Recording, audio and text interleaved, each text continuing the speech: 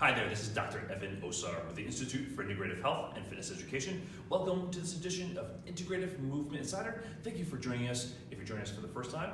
And if you're a part of the Integrative Movement System community, welcome back.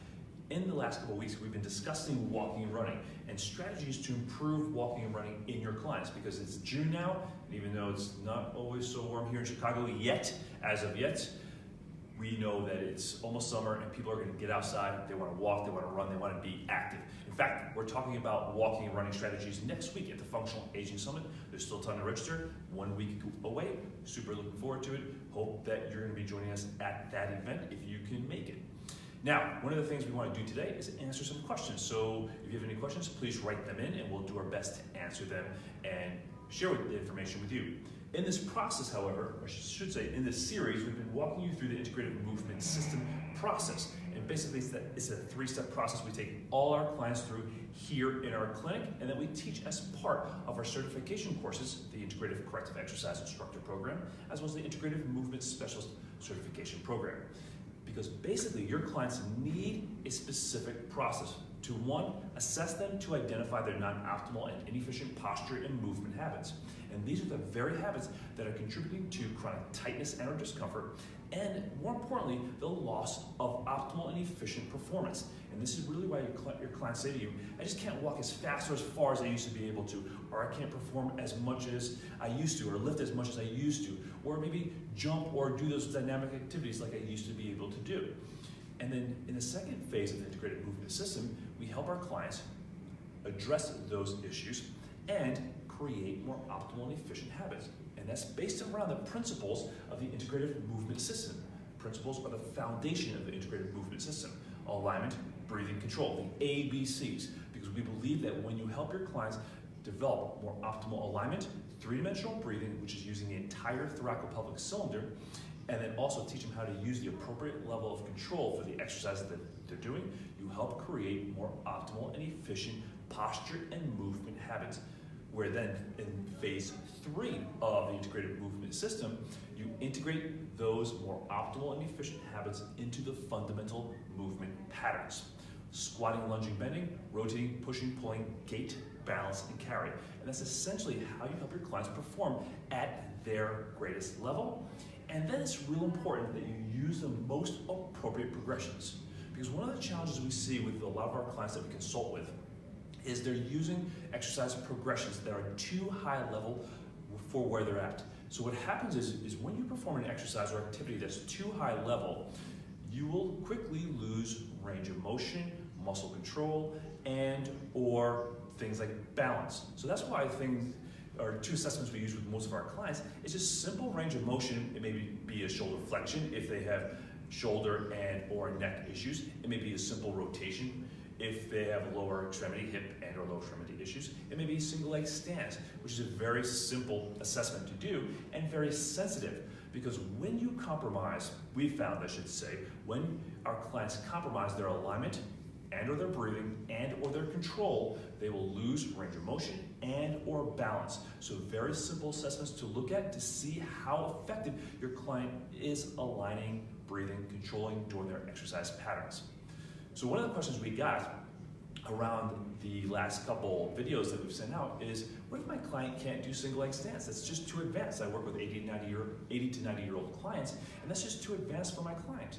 No problem. What we'll have them do is very gently, or simply I should say, just face a wall, put their hands lightly upon the wall, and then they can still do single leg stance and just evaluate for how efficiently they're moving and transitioning their weight from one leg to another. So again, just light handhold on the wall. We don't want them leaning into the wall, and we don't use a chair either, because then they push down on the chair, and that's not a very appropriate way to evaluate how they're loading on single leg stance. So just put their hands against the wall about shoulder height and just see how well they align and control with a little bit of support. If they do a very good job aligning and supporting with just a little bit of support, then you know that, hey, I can train this client with single leg stance, just giving them a little support and then progressing them to single leg support without holding on.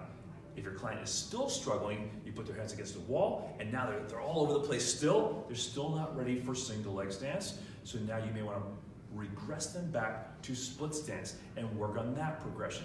Because again, as I said earlier in this video, that when your clients compromise alignment, breathing, and control, because oftentimes they're using patterns that are too high level for them, they will lose range of motion, they'll lose their balance, and you're not helping them at that point. Having them struggle with their balance like this and having them grip and compensate isn't helping them with their balance.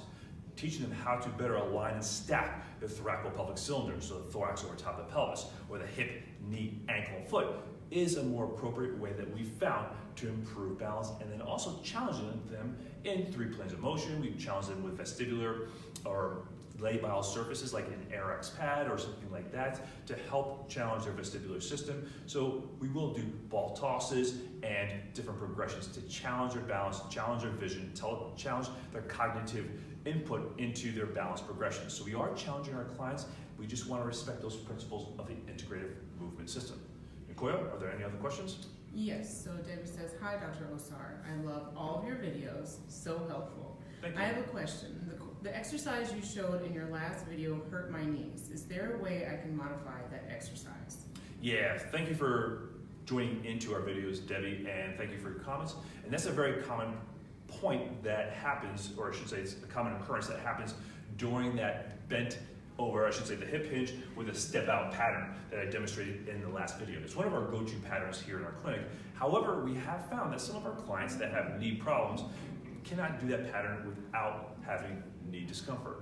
One of the things you want to try and to make sure of, Debbie, is that you align and control your thoracolpelvic cylinder as well as your hip, knee, ankle, and foot. So that's very important to monitor that. The other modification we'll use for a lot of our clients is just to do that in the split stance position. So same idea, long spine, stack that thoracolpelvic cylinder, align the hip, knee, ankle, and foot, and just step out and come back, and then you just have a light handhold on a wall, so that way you're still working on that alignment and control, just with a little bit less hip hinge and a little bit less support needed in that version of the pattern. So try that, see how that works for you, and a lot of times that will take a lot of discomfort out of the knee. And if you still find you're struggling with it, then use just a straightforward hip hinge pattern where you're just working on still maintaining control, alignment and control of the lower extremity, still loading that posterior hip complex, and without putting too much stress upon the knee. Any other questions, Nicoya? Perfect. Well, thank you so much for joining into Facebook Live and for sending in your questions and for watching. And if you're watching on the replay, thank you again for being part of our community. We'll be at Functional Aging Summit next week. That's really our last event for a couple of months. So we hope to see you there. There's still time to register at the link below this video. Use our code to save $25 on our pre-con and or the general conference. We look forward to seeing you there. And remember, when you register for that conference, you will also get the free audio interview I did with my friend and colleague, Dr. Dan Ritchie, who's the head of Functional Aging Institute, along with his colleague, Dr. Cody Sipe.